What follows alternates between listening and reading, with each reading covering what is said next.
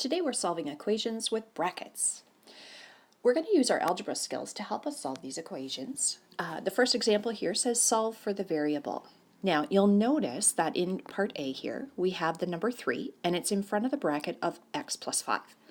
That from our algebra skills we know means we're multiplying that 3 through the bracket. So our first step here is to multiply 3 through the bracket to simplify this equation. So 3x's would be 3x, and then 3 times plus 5 would be plus 15. And that's going to equal 9. Now this equation is just very similar to the ones we've been doing previously to this. So our first step would be to undo the adding 15 by subtracting 15 from both sides.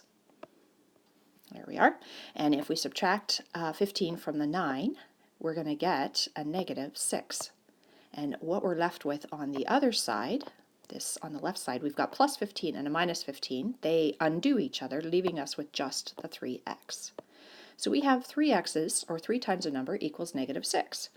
Now by inspection, you might know that the answer is negative 2, but in terms of how we can get that working backwards, the 3 is multiplying x, so we undo that by dividing by 3 on both sides. And we get x being equal to negative 2. Okay, so on the right side here, I've got the word steps, and what we're going to do is summarize the steps to solving equations with brackets. Our first step was that we expanded or multiplied to remove the brackets. Now step number 2 didn't apply to part A, but it will apply in future parts. Step number 2 is to collect the like terms, which means you're adding or subtracting the like terms that are on the same side of the equal sign.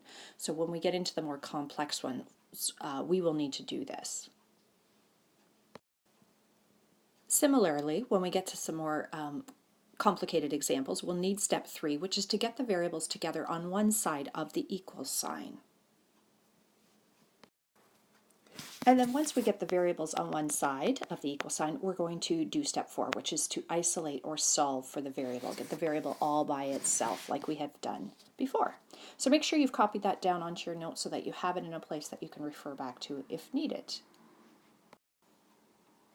Alright, so if we follow the steps for part B, the first step is to expand, which means to multiply, to remove these brackets. So that 5 is going to multiply the 2x, which becomes 10x, and the 5 multiplies the negative 3, which is minus 15.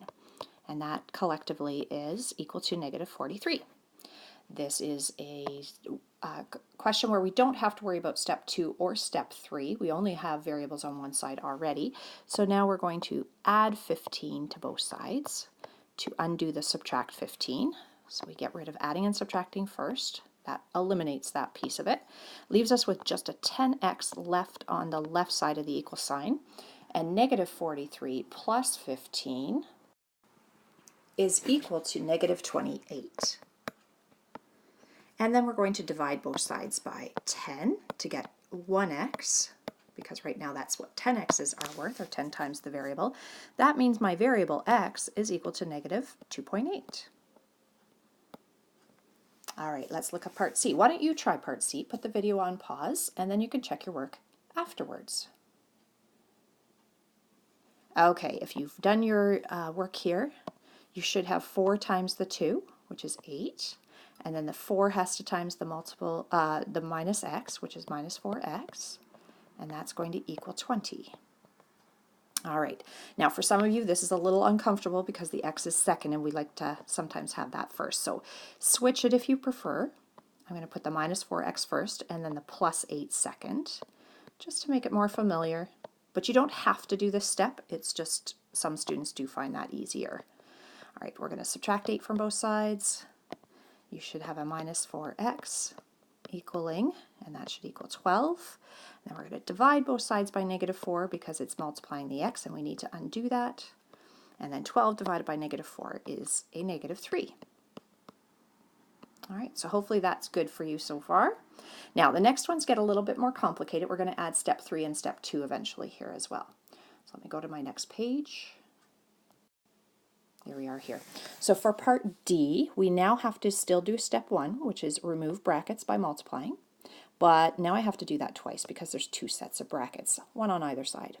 So by doing that, you should have 5x's minus 30 being equal to 8. Take away 6x.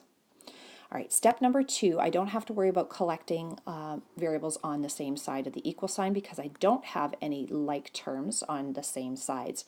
So step number 3 now comes into play. I want to get the x's on one side of the equal sign only. So I'm going to undo this minus 6x by adding 6x's to both sides. That's going to undo it here, but to keep it balanced and fair, we also have to add 6x's to this side. So 5x's plus 6x's is now 11x's. And then we still have our minus 30 on the left side, and that's now equal to just an 8. We're going to undo that minus 30, so get rid of adding and subtracting next by, it's a minus 30, so we're going to add 30 to both sides. That's going to give us 11x's being equal to 38. And I think I wrote 38 above because in my brain I was actually doing the adding. Let me just change that back to a plus 38 there, or plus 30. Goodness, I'm stuck on that. Plus 30. Okay, and now at this point we're going to divide both sides by 11 to get what 1x is equal to. And if I try to divide that on my calculator, I don't get a pretty answer. It's going to keep on giving me decimal places. So I'm going to leave that as a fraction. And I can't reduce that fraction. The only thing that will divide 11 is 11, or 1. And 11 doesn't divide into 38. So we'll just leave that as 38 over 11. All right, try part E. It does have a couple of multiplications here. One here. That 5 multiplies through. And this one, think of it as a -1 multiplying through that bracket, that second bracket there. Try it. This one does require step 2 as well as step 3 and 4. Try it, put me on pause, and then you can check. And if you're not sure, then just follow the video along. Okay, the 5 times the 4 should give you a 20 here, a minus 10a when you multiply that 5 through, and that's going to equal, the 3 just goes down, copies down, and then the minus multiplying through is negative or minus 2a. A negative times negative will be a plus 1.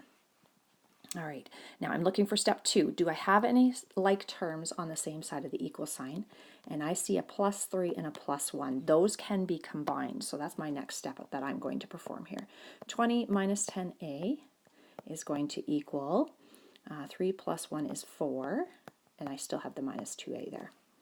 My next step, I am going to add 2a to both sides, so I get my variables on one side of the equal sign. So this is the step 3 that we've written on the up above. So that gives me 20, and then negative 10 add 2 should be a minus 8a, and that's equal to 4. And if you're unhappy with the fact that the minus 8a comes second, we can switch the order. You don't have to, but I'm going to just because I know some people are more comfortable with that. A plus 20, we're going to undo by subtracting 20. That's going to give us a negative 8a being equal to, and then 4 take away 20 should be negative 16. I have negative 8 times the a, so I'm going to undo that by dividing both sides by negative 8. And I get that a is equal to positive 2. All right, try part F. It has all the steps, all the kit and caboodle is happening on that one. Why don't you give it a shot, see how you do, and then you can check your answer. All right, if I went through this, I'm going to multiply the negative 2 through this bracket. That's going to give me a negative 6d, a plus 10. I still have a plus 2 equals a 7d. And then this minus 1 multiplies through that bracket, or we're taking away, and when we do, everything switches signs. All right, step 2 is collect like terms on the same side of the equal sign. So these are like terms, they can go together to be a minus 4d. These are like terms, they can go together to be plus 12. And on the right side, I have a 7d and a plus 4d. They make 11d's. And then minus 3. Okay, next step, I'm going to get all my d's on the same side of the equal sign. I'm going to undo this plus 11d by subtracting 11d. Now you can go the other way. You could add 4d to both sides, and then you have a positive d value, but excuse me, I'll just keep it consistent with what we've been doing. A negative 4d minus 11d will be minus 15d. We still have a plus 12, and that's equal to equal to negative 3. And then I'm going to subtract 12. That gives me negative 15d's being equal to negative 15. Oh, would you look at that? That works out nicely. Negative 15 is dividing both sides so that we can get a d by itself here. And now d is equal to positive 1. All right, so your job now is to complete the questions that I've assigned. Hopefully this is going well for you.